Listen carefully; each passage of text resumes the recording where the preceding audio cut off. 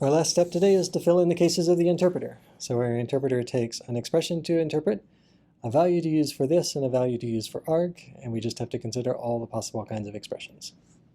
In the case of int e, plus e, and multi, those work the same as they always have. Plus has a left and a right sub-expression, and we can just recur with the interpreter passing along the same this and arg, just like we used to pass along the same environment. Meanwhile, this e and argy, those results come directly from the arguments to interp, either this val or arg val. In the case of obj, we have a bunch of fields and a bunch of methods. Now, each of these fields has inside of it both a name and an expression. We need to interpret that expression, right? So f is a field representation that has a name and expression, and it has them as parts of a tuple. So we can pull out the two pieces of that tuple using fst and snd, first and second. So the name is the first part and the expression is the second part. And then we can interpret this expression, again using the same this and arg that comes from the context. Meanwhile, the methods that we have in an object expression just get propagated onto the object v.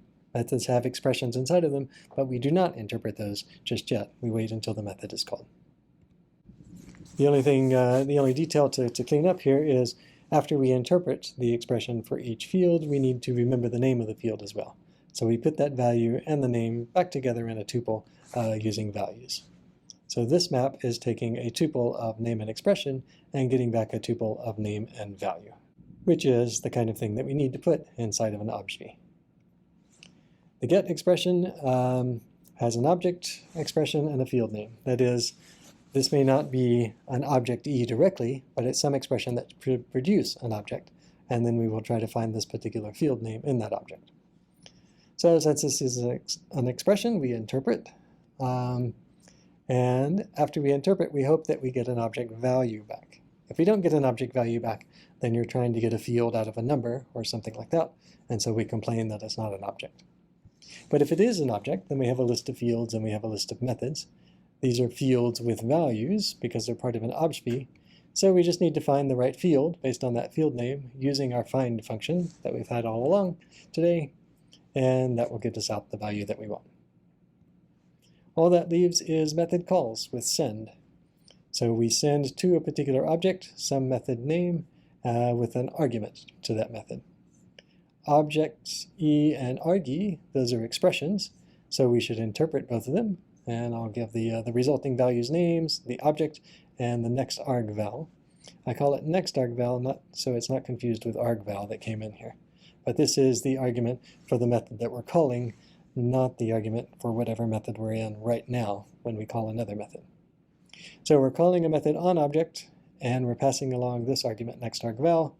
So hopefully this obj really is an object, that we're not trying to send a method, call a method on a number. As long as this is an object, then we have fields and we have methods, so we can look for the right method in that list of methods using find.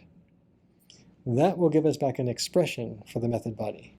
So we want to take that body expression, and we want to start interpreting it. As we do, we need to pass in an object and a next arg val. And this object here is the one that we got from interpreting the object expression. That is, when we call a method, it's on a particular object, and we pass that object into the method so that the method can see that object's fields if it wants to. Meanwhile, we also pass the argument that we got to the method from evaluating the argument expression. You can find all of the code for this interpreter put together on the course webpage.